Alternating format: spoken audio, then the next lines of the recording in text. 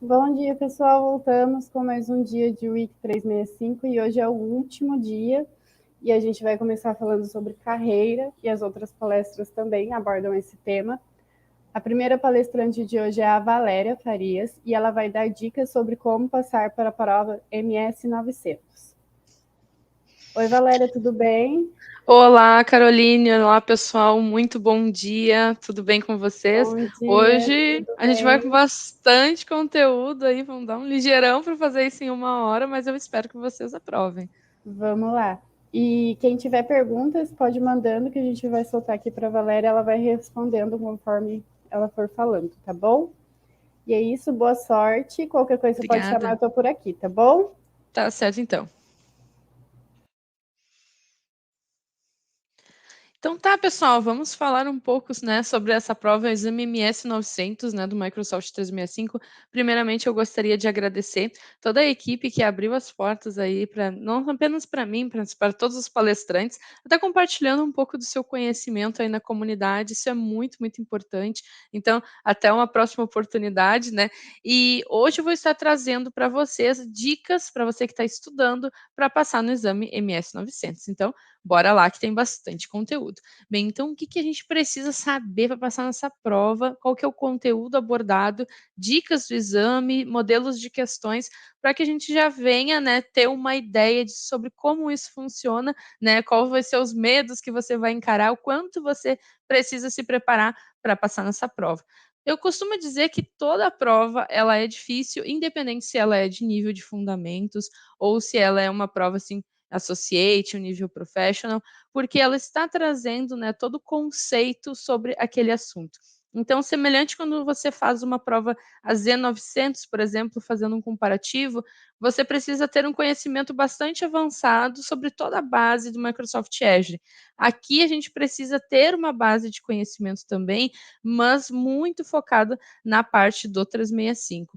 Falando um pouquinho sobre o exame, pessoal, ele vai ter 45 minutos. O exame ele tinha 1 hora até um tempo atrás. Quando você marca a prova, ele aparece um pouco mais de tempo, mas é porque ele está considerando aquelas questões que você responde antes da prova e as questões de feedback de depois da prova. Então, o tempo real para você executar essa prova hoje está em 45 minutos. A Microsoft diminuiu 15 minutos há um tempinho atrás. A quantidade de questões, ela sempre vai variar. Por exemplo, a minha prova teve 43 questões, mas um aluno do meu curso, depois de alguns dias, ele veio me conversar que ele fez a prova e tinha 48 questões. Então, ele apareceu 5 perguntas a mais. Isso vai variar, a gente não pode dizer esse número fechado. A gente tem uma ideia, mais ou menos. E para o pessoal que fica um pouco receoso, será que eu consigo fazer em inglês? Meu inglês ainda está muito técnico, eu tenho medo de não conseguir responder muito bem. Essa prova já tem em português também, isso é muito bacana, funciona para a gente. Tempo de preparação da prova, bom, isso vai mudar um pouquinho com base naquilo que você já tem de predisposição, tempo que você já estuda, o quanto você já lida com a ferramenta. Vamos falar um pouco sobre os tópicos que essa prova aborda. Ajuda bastante se você já fez ou já estudou para uma Z900, porque olha só, a gente precisa entender e descrever os conceitos de nuvem. Então aqui sou um pouco familiar. Ué, mas esse conceito aqui eu já vi em outras provas. Sim, então isso repete para nós, é muito bom, porque reaproveita o conteúdo. Descrever também os serviços e os conceitos básicos do 365. A gente já vai abordar, falando desde OneDrive, do Teams, entre outros. Falar também sobre a parte de segurança. Então, quem já estudou para uma SC900 também vai encontrar alguns pontos aqui que vai soar familiar, isso é muito bom. A parte de privacidade, confiança no 365, como que você consegue manter a segurança e quais são os tópicos, pontos que você assegura, né, que está em conformidade dentro da plataforma. E por fim, descrever preços e suporte. Perceba, pessoal, que o ponto que vale menos é o primeiro. Isso é uma coisa interessante de a gente avaliar, porque o que acontece? toda a prova de certificação, a gente não tem uma ideia fechada de quanto está valendo cada uma das perguntas, mas a gente pode olhar os tópicos e entender, com base neles, aonde eu tenho que colocar mais força. Toda prova precisa ser estratégica.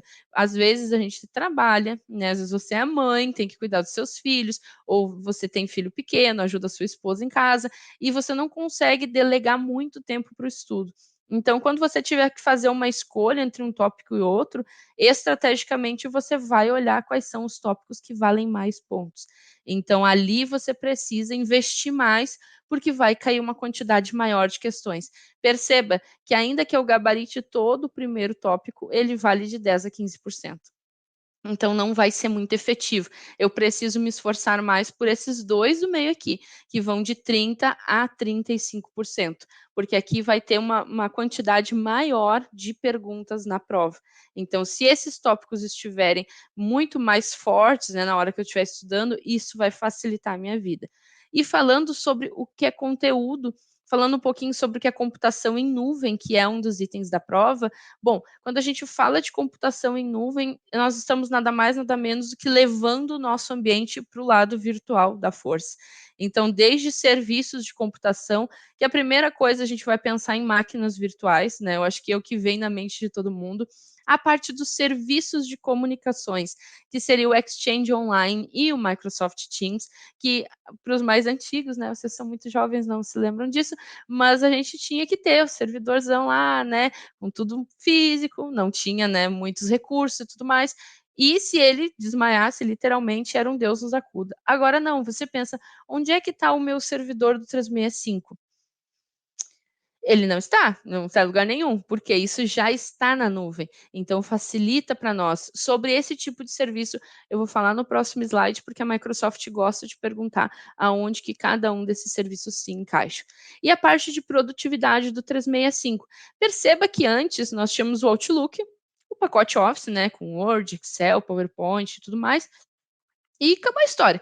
E as empresas tinham, né, às vezes, algum serviço de SharePoint, às vezes tinha, às vezes não tinha. E eram serviços que ficavam, apesar de ser todos da Microsoft, um pouco para cada lado. Agora não, agora nós temos o 365 que se tornou meio que um ecossistema, porque nós temos o Microsoft Teams e ele não é um serviço apenas para a gente conversar entre si e conversa fiada. Não, nós temos esse serviço para agendar reuniões, para falar com clientes de fora, nós podemos ter automações no Teams, nós podemos trazer serviços lá do Azure que vão enviar mensagens dentro do Teams, nós temos, né, ferramentas aonde, como o Yammer, que eu vou falar mais à frente, apesar que ele não pegou muito aqui no Brasil, mas ele é uma rede social para ser utilizado dentro da empresa. Então, nós temos muitas coisas dentro dessa ferramenta. E, obviamente, ela trabalha em cima de software como serviço. Isso a Microsoft gosta de perguntar também. Então, fique de olho. A parte, né, dos serviços de pesquisa dentro do Azure e o armazenamento, porque nós temos, né, o armazenamento de storage e o Microsoft OneDrive, onde nós podemos compartilhar itens com pessoas de fora da nossa organização e também colocar senhas em cima desses itens. E até tem umas perguntinhas lá no final para vocês terem uma noção mais ou menos do teor de perguntas que cai dentro desse teste. A parte de diferenciar o CAPEX do OPEX também aparece nessa prova, né? Por quem já tem assim algum conhecimento de Azure, já tem estudado, né, para essa parte, vai olhar assim, nossa, que legal, vou aproveitar meu conhecimento. Sim, aqui são coisas que a gente consegue reaproveitar de outros testes daqui a pouco que a gente já fez, porque a Microsoft sempre quer saber o valor que eu estou investindo dentro, né, dos meus serviços, como que ele se caracteriza?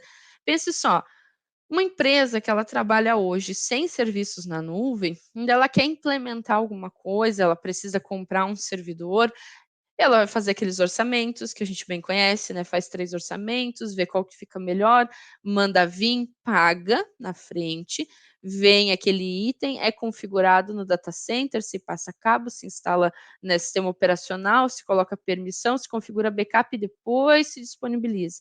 Mas literalmente já está pago. E no momento que aquele computador der problema ou que acabar a garantia, beleza, agora a gente vê o que a gente faz. Ele tem um tempo de vida útil. Quando a gente está falando de serviços na nuvem, nós estamos falando de quanto custa a minha operação, porque eu posso tranquilamente iniciar a minha operação e pensar assim, não, eu acho que eu não vou mais querer esse serviço, o planejamento foi cancelado, esse projeto aqui não vai ser levado adiante, destrói aquele ambiente que foi criado. E a partir do momento que se bate o martelo, beleza, se exclui tudo e era isso. Acabou. Então eu paguei apenas pelo uso.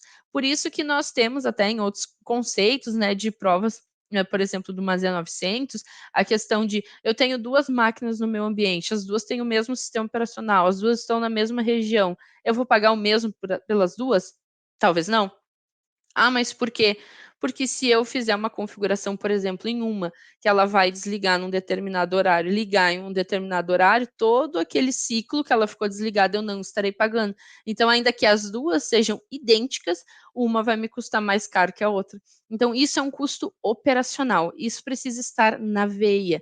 Você precisa saber de cara o que é um valor que eu estou pagando, que seria um CAPEX, e um OPEX. Então, tudo aquilo que eu pago na frente é um CAPEX e o serviço operacional de nuvem é um OPEX.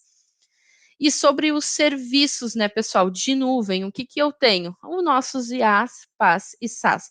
Microsoft gosta de perguntar coisas do tipo: você precisa indicar para um cliente um modelo de serviço onde ele vai fazer uma migração de máquinas XPTO. Às vezes ele fala que é o Windows, fala que é Linux, quer levar para a nuvem. Qual que é o modelo de serviço que se encaixa?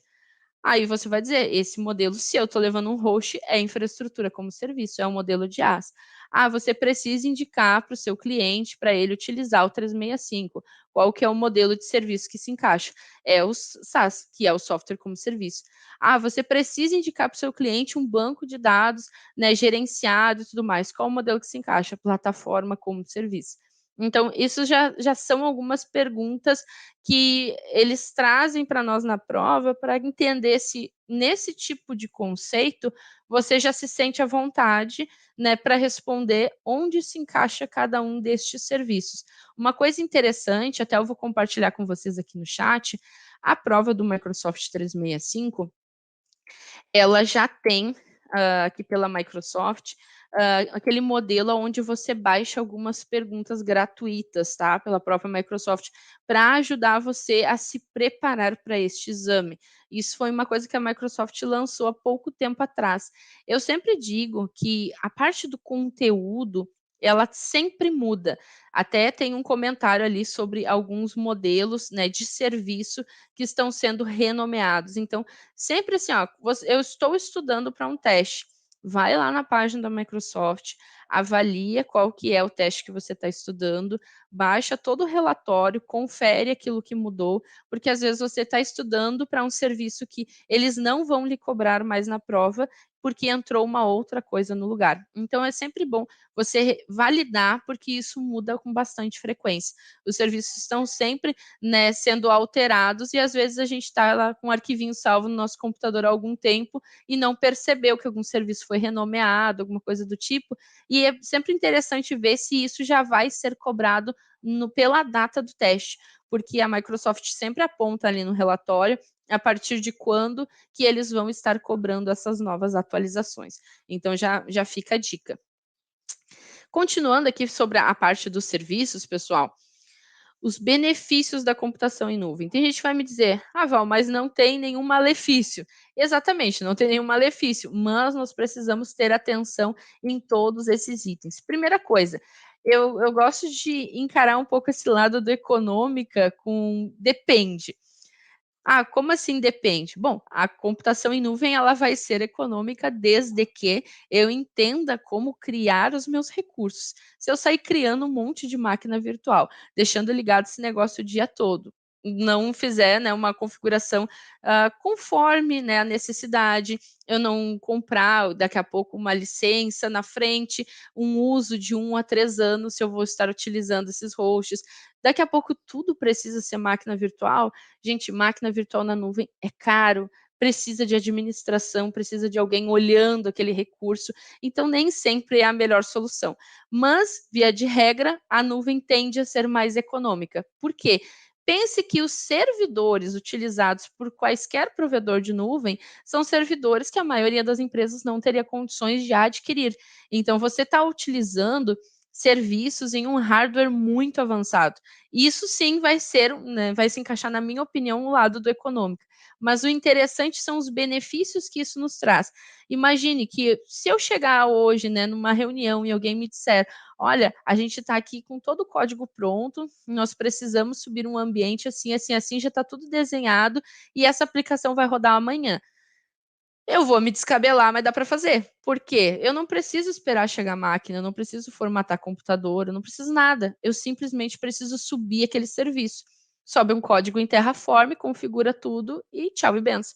Agora, se isso fosse, né, no mundo real, mundo físico, seria tecnicamente impossível, não dava para fazer. Perceba que as empresas hoje, elas conseguem crescer drasticamente por causa da nuvem. Imagine o Netflix, por exemplo. Você hoje está aqui no Brasil, foi lançado um filme. Beleza, esse filme ou esse seriado, ele vai começar a ser disponibilizado, não para nós. Onde é que o dia nasce primeiro? Na região da Ásia, então ele vem do Japão e vem trazendo. Então, aonde que nós vamos disponibilizar esse serviço primeiro? Lá, porque o pessoal lá vai estar assistindo. Então, ele vem por meio de um CDN e vem trazendo para cá. Conforme o dia amanhece aqui, ele faz a volta.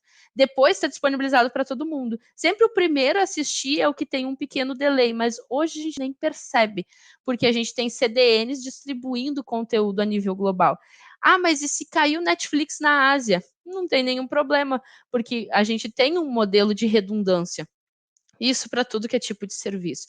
Claro que isso vai, né, investir, nós vamos ter um valor investido nisso, né, dinheiro, mas grandes empresas têm acordos meteóricos, né, em cima de provedores de nuvem. Então você não vê assim, ah, isso caiu, todo mundo percebeu.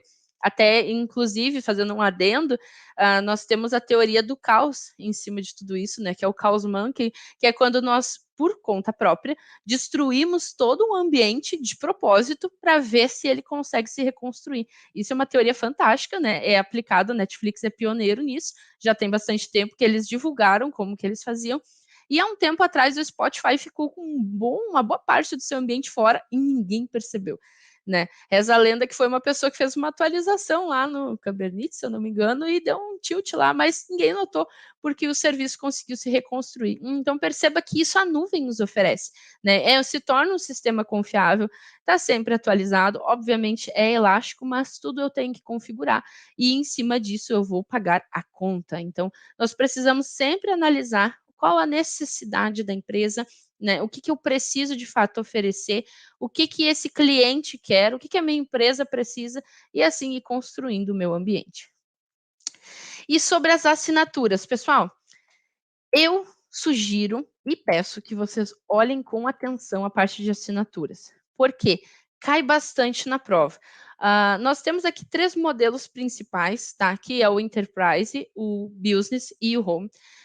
Qual que é a grande sacada? Na minha prova, por exemplo, caiu uma questão que perguntava qual que era o modelo indicado de assinatura do 365 para empresas que tinham até 300 funcionários.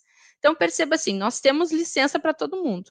O que difere de uma licença para outra é o que a Microsoft vai querer nos perguntar. Então, no 365 Business, eles têm esse projeto, digamos assim, voltado para empresas de pequeno e médio porte, e tem esse viés das 300 licenças. O 365 Home, ele já nos dá uma ideia do que ele vai estar trabalhando. É para o consumo de usuário, de dentro de casa. Então, eu vou prestar atenção nesses 2 primeiros. Lembrando que, aqui deixa eu até ver se eu consigo pegar o link, só para trazer na tela aqui para vocês, desses outros 3 modelos aqui da comparação de preços. Deixa eu puxar aqui só para trazer para vocês aqui um item bastante interessante. Tá aqui no link que eu estou compartilhando, depois eu trago aqui para o pessoal, compartilhar aqui com vocês. Olha só, nessa página aqui, deixa eu colocar aqui no chat. Aqui a gente tem os modelos de licença e perceba que nós temos 365 apps, o E1, E3 e E5. Esses 3 modelos está trazendo aqui também, ó, o E3 e o E5. Aqui tem o F3 também, que é o antigo F1. O E5 é um modelo que tem mais coisas, e isso é uma coisa interessante da gente reparar, porque olha só, proteção contra ameaças, item clássico. Esse Vzinho que não está totalmente preenchido é que tem, mas não está. Como é que eu vou te dizer? Ele tem, mas não é oferta 50 de 100% daquele item. Ele não é um item completo. Ele tem algumas coisas, mas não tem tudo. Ele não te dá acesso a tudo. Né, é só meio que superficial. Mas aqui a parte de proteção contra ameaças, análise avançada, e toda a parte de segurança, o E5 é o item mais forte, que ele está em cima aqui do 365 Enterprise. E a Microsoft gosta de perguntar, se eu preciso fazer tal coisa, qual que é o item, né, qual que é o modelo de licença que eu vou estar utilizando, XPTO. Então, eu recomendo que vocês olhem com carinho essa parte de licença, até porque se a gente voltar na nossa mente, a gente vai ver que esse é um item de 20 a 25% com relação à nossa nota. Então, é um item que vale a pena a gente recordar e avaliar. Primeira coisa, eu tenho esses 3 aqui, seriam os principais. Tem aquela parte também de licença para faculdade e tudo mais, mas esse, assim como o Home, para nós já é bem intuitivo. Agora, que vai ter alguma diferença específica, 365 Business, esse lance de até 300 licenças, e os modelos aqui do 365 Enterprise. Entender a diferença entre o E3, o E5 e o F3. Lembrando que o E5 é o modelo mais robusto, né, da parte de segurança. O link eu coloquei aqui em cima, Mari. Agora eu vi, você comentou. Esse link aqui que eu mostrei aqui, ó. Esse daqui é o que está compartilhado um pouquinho mais acima.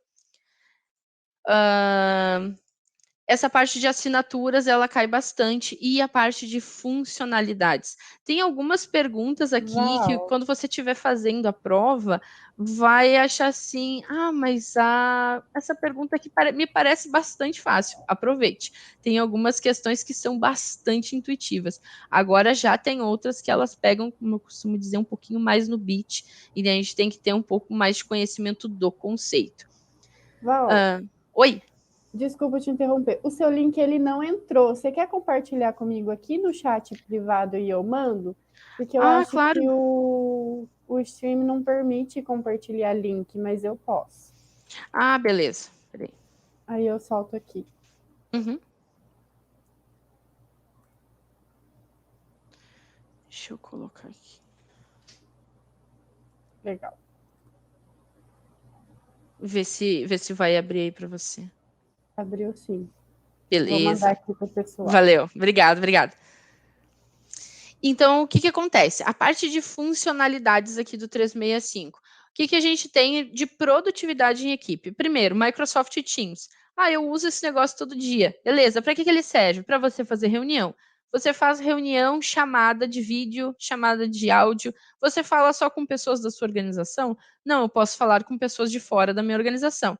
Beleza. Outlook, tradicional, só que ele está na nuvem agora, não tem necessariamente um servidor do Outlook. Aqui eu vou colocar regras e eu consigo avaliar o que os meus colaboradores estão fazendo.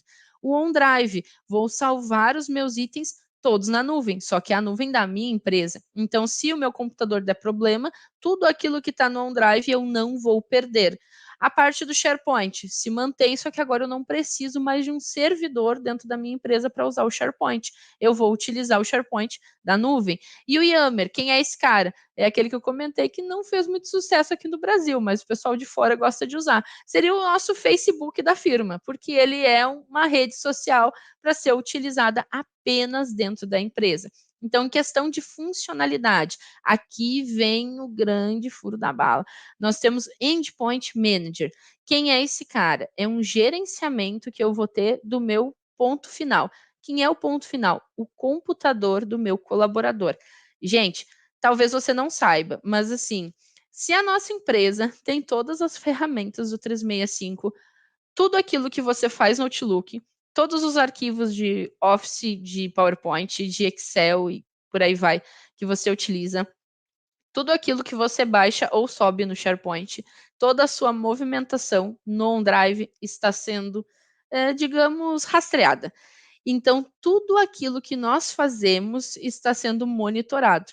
E em cima disso existem logs. Perceba que, digamos, em uma situação hipotética, nós temos um colaborador que ele abre o e-mail dele durante o dia, conversa com umas pessoas no Teams, de boas, edita uns arquivos ali e segue a vida.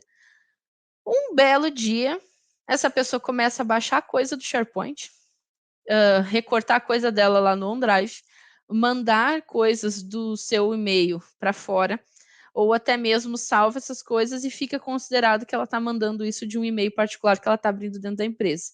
Isso vai levantar uma bandeirinha de alerta. O que, que é isso que está acontecendo? Se a gente entender, né, a partir do momento que está sendo analisadas essas informações, que essa pessoa pode estar fazendo um vazamento de dados, né? Porque tem pessoas, eu estou pensando em ir para a concorrência, eu já vou baixar os contratos aqui, e quando eu for, eu já vou fazer uma média com o meu novo chefe. E ela começa a baixar informações sigilosas.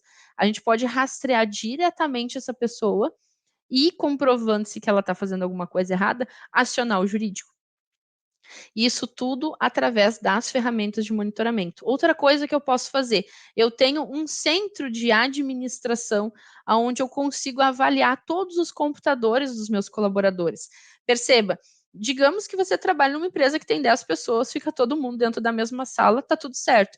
Agora, digamos que você trabalha numa empresa de 2.000 pessoas, 4.000 pessoas, tá todo mundo trabalhando home office. Digamos que amanhã a Valéria tenta ligar o computador e ele simplesmente não liga. E aí eu vou arrancar meus cabelos fora, vou cortar meus pulsos, e depois eu preciso saber, cara, eu preciso de alguém para me ajudar. Eu preciso que alguém daqui a pouco olhe e talvez tenha que formatar o meu computador. E agora? Eu sou de Porto Alegre, a empresa é em São Paulo. Eu vou ter que mandar esse computador pelo correio? É sério isso? Não. A gente tem um item dentro do 365 que é o Microsoft Autopilot. Quem que é esse cara? É o nosso piloto. E esse piloto ele consegue formatar a minha máquina à distância, entre outras coisas, né? Mas ele vai ser o carinha da TI que vai vir na minha casa. Então a gente não precisa, né, ter esse esforço, né? Expresso leve traz, manda o notebook, traz outro, enquanto isso a pessoa fica sem trabalhar, e agora o que a gente faz? Outra coisa que a gente pode avaliar também é a parte de segurança. Isso são ferramentas que têm crescido muito devido à pandemia.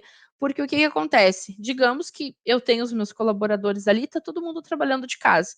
Tem pessoas que elas recebem um volume muito grande de e-mails durante o dia, são pessoas que trabalham com contrato, pessoal de RH e outras áreas afim, comercial, e ela já recebe o e-mail, às vezes ela nem olhou o nome, é um nome parecido com alguém que ela estava esperando, ela foi lá e já fez o download, já mandou executar o negócio e se percebeu, mas esse anexo aqui não funcionou. Aí ela olha assim, mas eu acho que essa pessoa aqui não era a pessoa que eu estava esperando receber esse negócio. Eu vou ficar bem quietinho, senão o pessoal da TI vai perceber.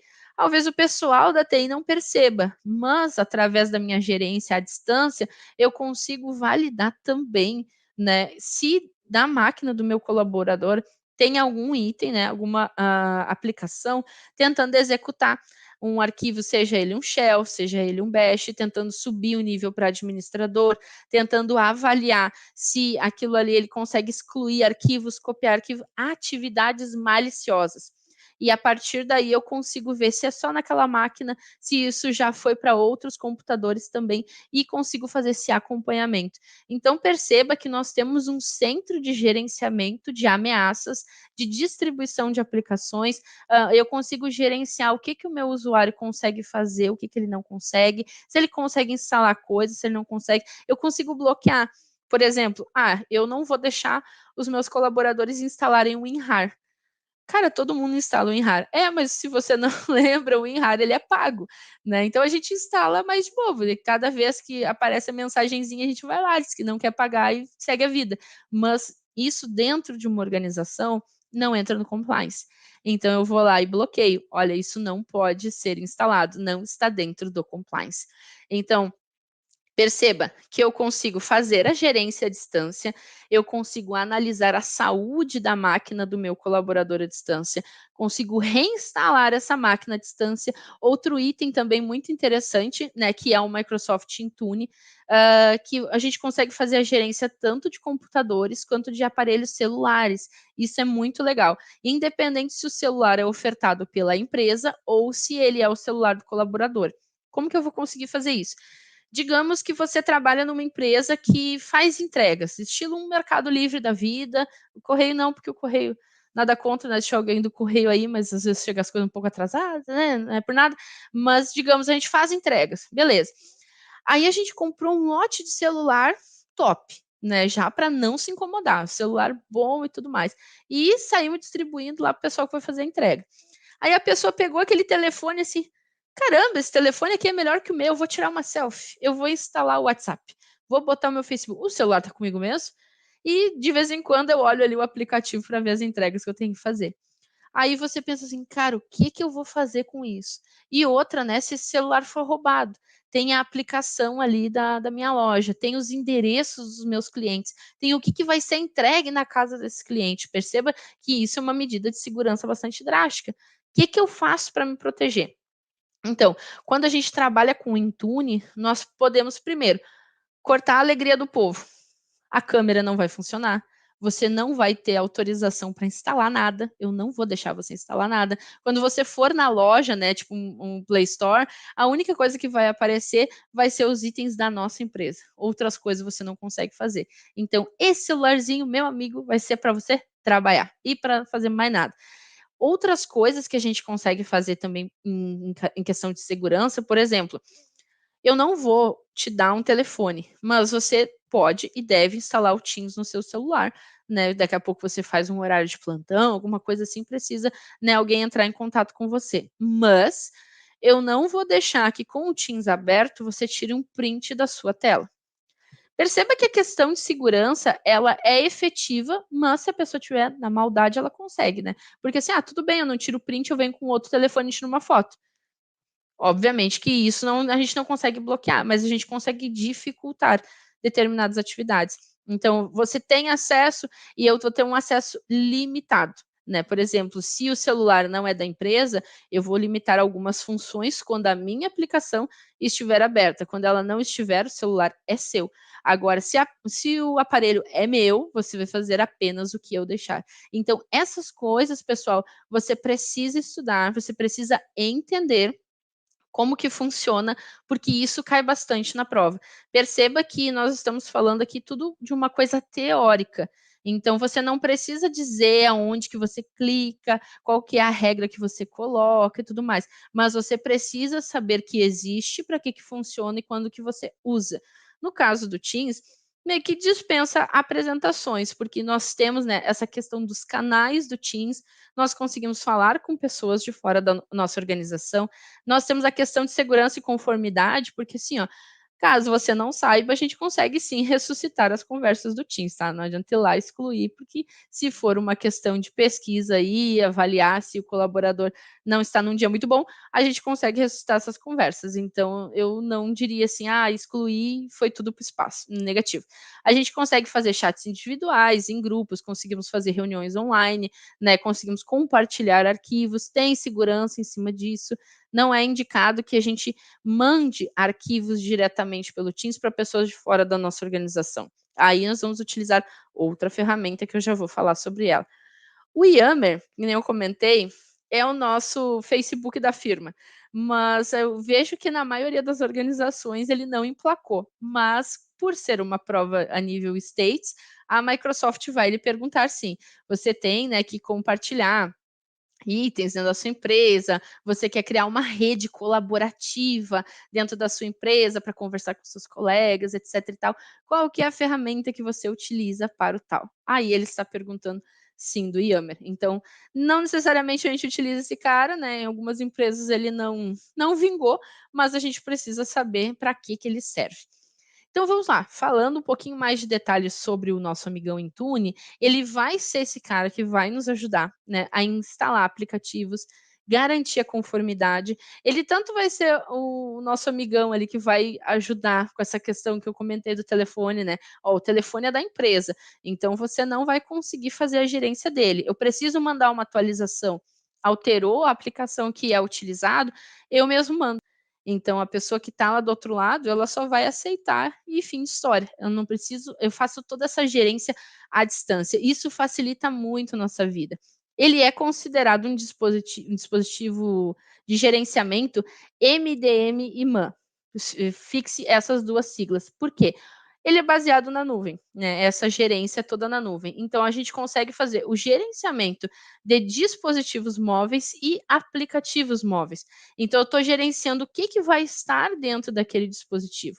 E eu consigo gerenciar o dispositivo em si. Eu comentei, eu posso dizer que quando tiver, né, com o Teams ali aberto, eu não vou deixar que a pessoa tire um print, porque isso vai ser um vazamento de segurança, então eu vou bloquear esse item. Eu faço esse gerenciamento, faço a instalação do sistema operacional, né, desse dispositivo, eu consigo fazer as atualizações de software, tudo através do Intune.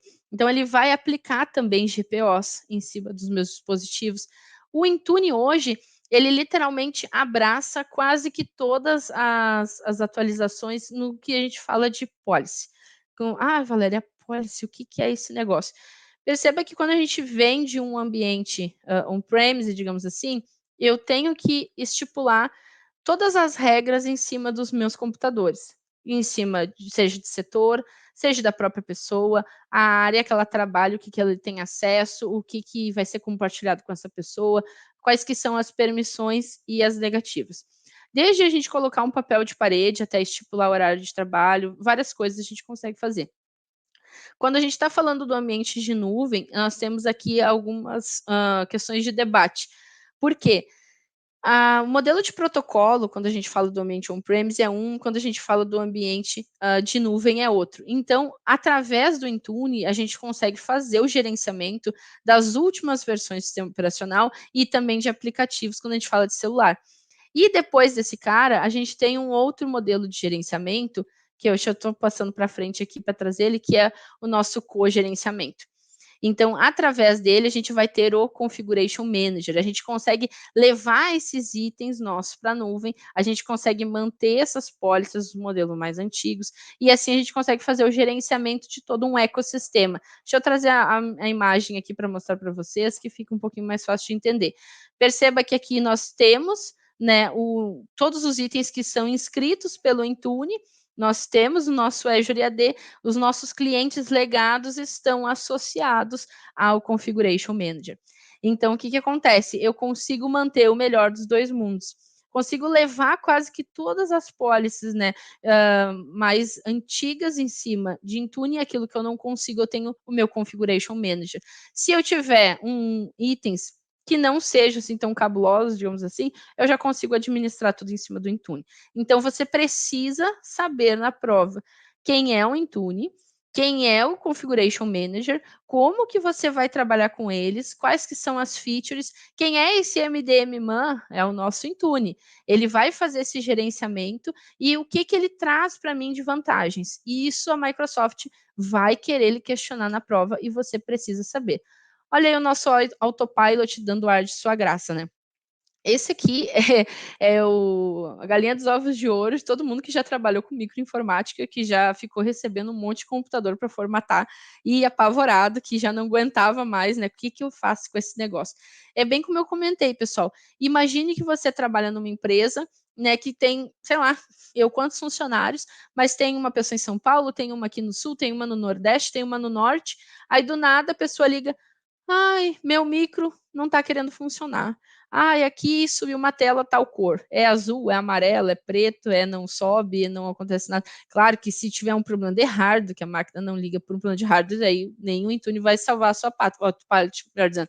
Mas se for um problema, corrompeu o sistema operacional, corrompeu alguma aplicação, isso a gente já consegue trabalhar em cima do autopilot. É ele que vai nos ajudar. Ele vai permitir que a gente recupere esse dispositivo à distância. Então, você consegue fazer esse gerenciamento, configura novos dispositivos, reconfigura tudo automaticamente. Perceba que o Intune trabalha, né, em parceria com esse cara, né, mas o autopilot é o carro-chefe. Obviamente, ele vai simplificar a nossa vida, né, diminuir as dores de cabeça e vai nos ajudar a fazer essa gerência. Então, importante, o Windows 10 e o Windows 11, tá? Os modelos mais antigos não funcionam, até porque o que acontece? Estamos falando de Intune. O que eu comentei? O Intune é o cara do modelo mais atualizado. Quando eu estou trabalhando com legado, quem é que vai me ajudar? O cogerenciamento, que é o Configuration Manager, né, para o Windows 7 e Windows 8. Então, tudo aquilo que for mais atualizado, a gente vai conseguir em cima dele. Windows 10, Windows 11, a gente consegue redefinir, recuperar, configurar dispositivo à distância, associar ele, registrar esse dispositivo, tudo através do autopilot. Então, esse nosso piloto automático é o cara que vai ser o nosso cara da microinformática à distância. Até aqui a gente tem, né, um desenho sobre como que seria, né, toda essa gestão, aonde a gente tem, né, o primeiro fornecedor, nosso dispositivo, faz a compra, entrega, tudo mais, a gente faz a implantação desse item, ele já está pronto para trabalhar. Então, qualquer coisa, a gente vai, né, atualizando, gerenciando até o fim da vida do dispositivo. Então, a gente consegue fazer isso à distância, ter o gerenciamento desse dispositivo, arrumar a distância caso seja necessário, e a gente literalmente só vai largar ele de mão quando ou ele não ligar mais, de fato, for um problema de hardware, tiver que fazer uma troca, ou até mesmo quando os dispositivos forem renovados na nossa empresa. Do contrário, segue o baile, segue a vida, a gente continua utilizando numa boa e fazendo esse gerenciamento, né, à distância. A parte do Microsoft Endpoint, aqui é bastante interessante porque acontece, aqui nós vamos criar essas políticas em cima dos nossos dispositivos, porque nós precisamos à distância não apenas garantir que eles estão com a aplicação correta, que está tudo atualizado, que aquela versão ali é a versão que foi lançada por último. Não, eu preciso também gerenciar esse cara. E através da administração do endpoint é que a gente vai. Opa, cliquei errado aqui, peraí. Através do gerenciamento do Microsoft Endpoint é que a gente vai ter isso. Porque o que acontece? Eu preciso avaliar como estão os meus dispositivos à distância, em termos, seja ele de segurança, até mesmo a saúde dos meus dispositivos, se qual que é a nota que esses dispositivos estão tendo. A gente vai falar sobre isso mais à frente, vou mostrar algumas telas. Quem já estudou para SC900 vai achar o conteúdo familiar também. Perceba que eu preciso entender como que estão os meus dispositivos agora que eu já fiz a configuração, liberei eles para os meus usuários e administrar esses caras à distância. Por isso que é Microsoft Endpoint, que é o meu ponto de destino. Então aqui eu tenho um site onde eu vou criar políticas, eu vou gerenciar esses dispositivos para garantir que eles estão em conformidade com a minha empresa. E também uma outra coisa que aparece na prova é o nosso querido AVD, né, que é a área de trabalho virtual do Azure. Até deixa eu ver uma coisa se esse cara não está trocando de nome também, porque eu vi que tem algumas coisas que não, ele já tá. Ele era área virtual do Windows e agora é a área virtual do Azure. Uma coisa que eu gosto, sou um pouco chata com essas coisas, porque a Microsoft está sempre trocando os nomes dos negócios e às vezes a gente está estudando e fica meio perdido. Então, quem que vai ser esse cara? Vai ser o nosso serviço que vai permitir que a gente se conecte uma área de trabalho do Windows, só que em execução na nuvem. Quando que eu vou usar esse negócio? Bom, digamos que a empresa, ela nasceu agora, tá? E eu quero disponibilizar, né, que as pessoas elas sejam de N lugares para trabalhar para mim, porque vai ser home office forever e etc e tal. Mas para nós é caro ficar mandando computador para esse povo à distância. Como é que eu poderia contratar fechar com uma pessoa na sexta para ela começar na segunda e ela já ter acesso, já tá fazendo onboarding e tudo mais, se eu tô aqui em São Paulo, essa pessoa tá lá no Amazonas? que poderia me ajudar? A área de trabalho virtual do Azure, porque aqui eu vou subir uma sessão de Windows 10 para essa pessoa lá dentro do Azure. E aqui eu vou configurar tudo, vai ter o 365, né? Ela vai ter o acesso para todas as ferramentas. Eu posso utilizar até áreas virtuais do Windows 7, né? Se eu quiser. Eu gostava muito do 7, mas XPzão também era bacana. Eu sou velha. Trazer essa área de trabalho remota para literalmente para o computador dela. Eu posso até pagar um valor, né, para a pessoa. Tem empresas que fazem isso. Olha, a gente não vai te fornecer um computador, mas você tem um para utilizar? Tem. Beleza, eu vou te dar tantos reais por mês, eu vou alugar o seu computador. E assim você vai trabalhar para mim, utilizando o seu. E a pessoa ganha uma beira e ela não precisa, né? A empresa não precisa mandar um computador para a pessoa utilizar. Então, isso é muito bacana. Você tem que perceber o valor que isso oferta dentro de uma empresa. Né? Às vezes a empresa vai dizer, não, mas eu quero disponibilizar o computador. Tudo bem, mas aqui a gente consegue otimizar o trabalho. Eu consigo fazer uma oferta onde a pessoa vai ter a sua área de trabalho pessoal mesmo, como se fosse um computador, ela vai acessar uma área de trabalho remota. Ah, como que vai ser a experiência do meu usuário? Você já acessou um servidor para área de trabalho remoto? Vai lá, MST, SC. Eu sempre brincava que era o Ministério Sem Terra de Santa Catarina. Foi assim que eu decorei, né, há uns 20 anos atrás, como é que eu acessava isso. E era uma professora muito bacana que me falava isso, eu acabei decorando. Então, vai lá, MST, SC, coloca lá o IP do computador, beleza, estou acessando. E, tipo, eu tô acessando de dentro do meu computador, mas eu tenho tudo ali, né? Tá tudo funcionando, as minhas coisas, consigo fazer compartilhamento, consigo fazer as minhas chamadas, acesso meu e-mail, acesso à internet, acesso tudo. Tá tudo ali. E a partir do momento que eu fecho, salvou meu perfil. Então a gente pode configurar isso de várias formas. Então a gente pode ter tantos cenários múltiplos, né, virtuais para os meus usuários. Tem versões um pouco mais caras, um pouco mais baratas, mas o que importa para nós é entender o que é esse serviço e o que ele nos oferta. É isso que funciona aqui, falando na parte do nosso teste. Deixa eu avançar, porque eu estou vendo que meu tempo está acabando. Workplace Analytics cai. Esse cara cai. Lembra que eu comentei com vocês que a gente tem, né? Estamos sendo todos monitorados 24 horas por dia? Então, eu não menti. Então, perceba que aqui no Workplace Analytics eu tenho uma visão de tudo que a minha equipe, que a minha empresa está fazendo. Eu tenho uma visão de como as pessoas estão trabalhando, até identificar como é que elas podem ser mais produtivas. Eu tenho várias métricas que eu posso analisar em cima do Workplace Analytics. Aqui eu tenho uma métrica do geral. Tempo que a pessoa vai ficar no Teams, o tempo que a pessoa fica conversando, o tempo de chamar de reunião, tempo disso, tempo daquilo. Tudo está sendo analisado e os dados são coletados, são colocados no Workplace Analytics. Aqui é o bolo todo. Todo mundo entra nessa roda. E o nosso item individual é o My Analytics. Aí vai ser a análise individual nossa. Até que tá aqui a chinesinha, aqui, ó, tá a parte de foco, né? O tempo de colaboração, o tempo de network, né? Com quem que ela tá falando, deixa de falar. Isso é importante de analisar, porque, tá, deixa eu até voltar aqui, pessoal. O Workplace Analytics, eu sabia que tinha alguém que tinha trocado de nome. O Workplace Analytics, agora ele é o Viva Insights. Isso lá no. Desculpa que eu não atualizei aqui, porque na documentação ainda está com esse nome. Mas se vocês virem Viva Insights, nós estamos falando do Workplace Analytics. Eu sabia que tinha alguém aqui com nome diferenciado.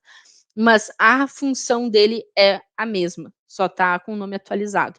Então, aqui ele diz, né, que o foco é no nosso bem-estar. Tem empresas que pedem para cancelar esse negócio. Por quê? Já vou explicar para vocês. A gente está trabalhando de casa. Quem está, né? Não são todos, mas digamos, a gente está trabalhando de casa. E fica um pouco difícil se desprender, né? Porque às vezes o seu escritório é o cantinho da mesa, é o cantinho ali no quarto, não é todo mundo que consegue um cômodo exclusivo da casa para fazer de home office. Às vezes a estrutura da casa não permite, o apartamento, seja lá o que for. E você tá ali e tal, pessoal na volta, tá seus filhos, seu marido, família, aquela coisa toda. E o que que acontece? A gente acaba tendo uma dificuldade bastante grande de fazer um horário de almoço das vezes, às vezes não consegue parar para tomar um café, porque a gente fica muito tempo. A sensação que dá é que a partir do momento que você levantou na cadeira, alguém lhe chama no Teams.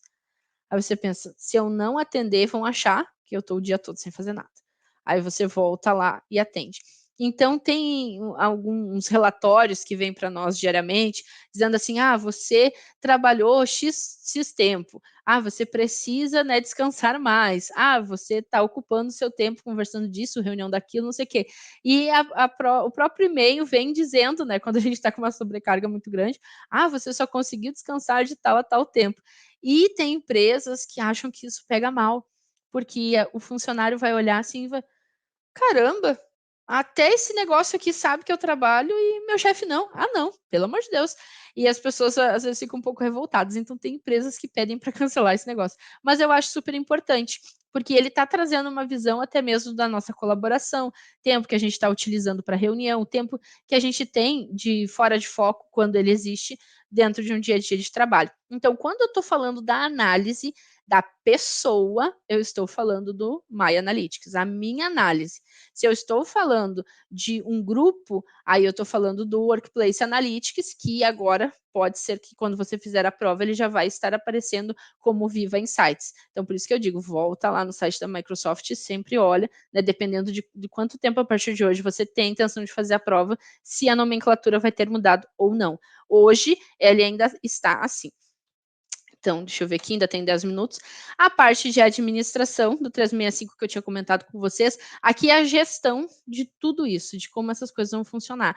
Desde a parte de domínio, gerenciamento de usuários, gerenciamento de grupos. A gente pode ter grupos dinâmicos, a gente pode ter grupos que vão já ser associados para as pessoas, dependendo do setor deles, ou até mesmo modelo manual. Então, aqui eu vou fazer toda essa configuração. A parte de score, de produtividade, o uso das pessoas, segurança e conformidade. Lembrando, né, de onde é que ele vai tirar isso? A gente vai ter uma pontuação em cima de tudo aquilo que a gente está trabalhando dentro do 365. Eu posso ter os usuários mais problemáticos? Sim, mas aí eu vou fazer um filtro e entender por que ele está sendo caracterizado dessa forma. É o computador dele que está apresentando problemas? É ele que está literalmente baixando coisas em uma velocidade da luz ali, coisa que era um comportamento que eu não estava rastreando antes. Então, tudo a gente vai ter de gerenciamento e também não se esqueçam, pessoal, gerenciamento de identidade e acesso. Aqui, quem, né, já estudou para uma Z900 vai olhar, mas eu conheço essa figura. Exatamente, MFA. Isso também cai na prova. Para quem ainda não conhece o conceito, rapidamente só falando, hoje não vale a pena a gente se basear apenas em senha. Isso é muito fácil de ser quebrado. Você tem um e-mail no Gmail, por exemplo. Aí você foi viajar. Hoje em dia não existe mais essas coisas, mas digamos que você fosse numa lan house, né? Eu sou velha, né, gente? Aí vou numa lan house e fazer o acesso. A gente faz hoje no celular, mas só imagina para você entender onde eu quero chegar. E daí você logou lá no seu Gmail. Cara, é automático. Ele já vem dizendo o IP, dizendo da onde, dizendo o nome do computador, perguntando se foi você mesmo. Tem vários memes na internet, né? Eu faço login numa máquina diferente, o Gmail. Aí tem um detetive, né? Tem uns bichinhos ali, num telefone e tudo mais. Por que isso? Parte de segurança. Outro dia eu estava avaliando algumas contas e daí eu fui ver que tinha um cidadão ou mais, não sei, tentando acessar a minha conta. Era Estados Unidos, era Europa, era não sei o quê. Eu fiquei olhando assim, queria eu estar nesses países, mas não era eu. Então era alguém tentando quebrar a minha senha. E aí eu já pensei, por que não consegue, né? Não que a gente vá garantir, mas dá muito mais trabalho em cima de um multifator de autenticação, aonde a gente vai configurar isso dentro do nosso ambiente, seja para o usuário confirmar um acesso pelo Authenticator no celular, a gente pode configurar a mensagem de SMS. Eu não confio muito porque dependendo a qualidade, né, se a pessoa está num lugar meio afastado, às vezes não chega e também vai depender do telefone dela, operadora. Então, eu confesso que eu não gosto muito. Mas é uma forma da gente garantir um duplo fator de autenticação. Então, só a senha, pessoal, não nos garante nada. E é importante a gente ter esse conhecimento não só para essa prova, mas no dia a dia. E a parte do nosso centro de conformidade. Aqui, de fato, é o gerenciamento da coisa toda, aonde a gente vai estar avaliando. Aqui, ó, tem a nossa pontuação de conformidade. Aí alguém vai olhar assim, eu acho que eu já vi esse negócio de pontuação em algum lugar. Security Score. lá dentro do nosso Azure. Então, aqui a gente também tem uma pontuação com base em como estão as coisas dentro do nosso ambiente 365, que soluções que a gente pode utilizar, os alertas, avaliar se o meu ambiente está seguro, se tem máquinas que não estão no compliance, se tem máquinas sendo afetadas por alguma coisa. Aqui eu faço todo o meu gerenciamento. E aqui a nossa pontuação.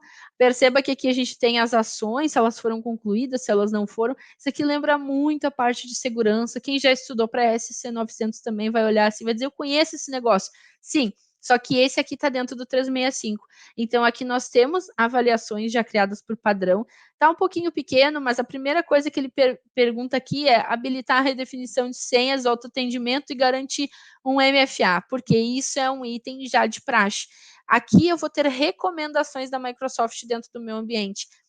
Eu vou ter que usar tudo? Depende. Tem coisas aqui que ela recomenda que já deveriam estar em atividade, né? Outras coisas, não, dentro do meu conceito, isso aqui não deveria. Como que eu vou negociar isso? Geralmente a área de segurança, né, vem e olha e avalia coisas que podem no futuro dar algum problema, questão de auditoria, vazamento de dados. Então não é uma coisa que só o povo da TI vai dizer, esse aqui, sabe, esse eu quero, esse eu não quero, esse eu quero, esse eu... Não, eu preciso olhar isso com responsabilidade, porque aqui ele vai estar falando questões de criptografia, questão de senha, alteração de senha de X em X tempo, políticas. Então, tudo a gente precisa olhar com bastante carinho. Os recursos no meu fluxo de trabalho, avaliações de risco, tudo relacionado a risco, melhoria, segurança e a minha pontuação de compliance. E ele sempre vai fazer, né, esse comparativo da minha pontuação, vai trazer também, né, os pontos que são gerados, as máquinas que estão sendo alcançadas, todos os dispositivos, qual que é a pontuação, a média desses dispositivos dentro do meu ambiente. E ali é que ele comenta, né, a pontuação de conformidade, que vai fazer uma postura geral. Então, a lógica é a mesma. Perceba que quando a gente começa a falar de 365, a gente podia ficar aqui o dia todo tranquilamente falando sobre isso, porque ele se tornou um ecossistema. Nós conseguimos fazer o gerenciamento de todos os computadores, de dispositivos, eu consigo fazer uma análise dos meus colaboradores, análise de comportamento, tanto de grupo, individual, e sem contar, pessoal, que se a gente fosse aqui falar um pouco mais sobre segurança, nós também iríamos entrar no ponto onde a gente vai avaliar não apenas se tem ações maliciosas da pessoa, ou até mesmo vindo de fora, tentando acessar o computador, mas também aplicar rótulos nos documentos, garantir que itens, por exemplo, eu não consiga mandar um número de celular ou um número de CPF, um número de RG por chat no Teams, que ele bloqueie.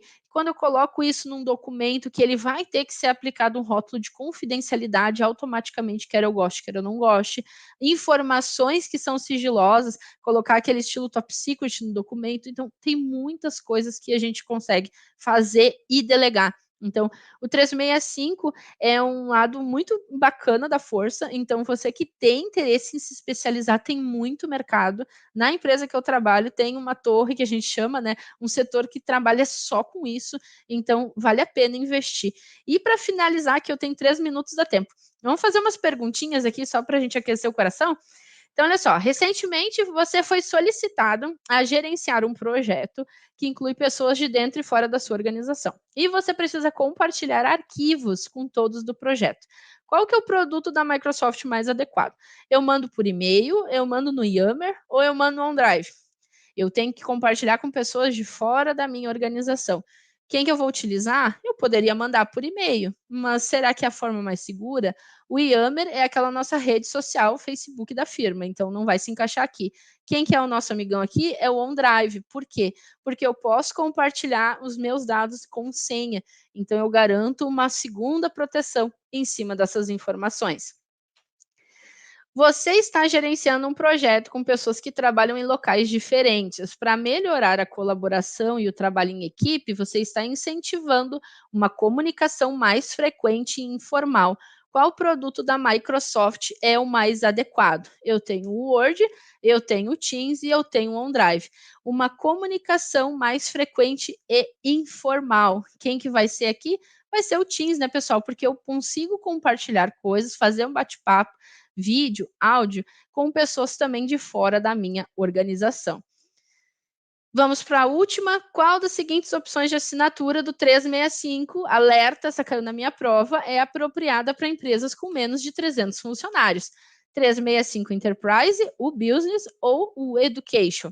Bom, pessoal, aqui é o Business, né? Business, porque ele é desenvolvido especificamente com empresas para menos de 300 colaboradores. Essa questão, exatamente assim, caiu na minha prova, fica a dica. E para finalizar, o que é a pontuação segura, que eu estava falando agora há pouco, né? O Security Score, para quem fizer a prova em inglês. Pessoal, o Security Score é uma medida de postura de segurança de toda a minha organização. Não tem nada de antivírus na jogada e muito menos de Firewall. Ele é desenvolvido... aqui, desculpa que ficou errado. Mas ele é desenvolvido para que a gente tenha, né, a postura de segurança dos nossos dispositivos, colaboradores, tudo envolvido em cima do 365. Pessoal, se você quer tirar essa certificação, vai lá no canal da Cláudia no YouTube, tem a trilha completa com o curso oficial da Microsoft, se eu não me engano, é 4 ou 5 vídeos lá. Eu indico para você dar uma olhada, tá? Tem questões de prova, tem explicação no Bit sobre cada um desses itens. Eu tenho certeza que você vai gostar. Tem a Z900 também, tem a DP900 e esse mês está saindo também a Z104. Então, para você que gosta de Microsoft, fica aí a dica. Me procura lá no LinkedIn, Valéria Baptista, manda lá um convite e o canal da Cláudia está em todas as redes sociais. Estamos no LinkedIn, estamos no Telegram, estamos no Instagram, estamos no YouTube, no GitHub. Se inventarem mais alguma coisa, a gente vai para lá também. Consegui terminar dentro do meu tempo. Achei que não ia conseguir, foi ali, na correria, mas eu gostaria de agradecer aí a toda a organização do evento, a todos vocês que estavam assistindo, pessoal, muito obrigada, e eu espero ser convidada aí para uma próxima oportunidade. Obrigada, Valéria, foi sensacional, um conteúdo muito importante. Agradeço você e espero você na próxima. Valeu, pessoal, tenha um ótimo dia. Tchau, tchau. Tchau.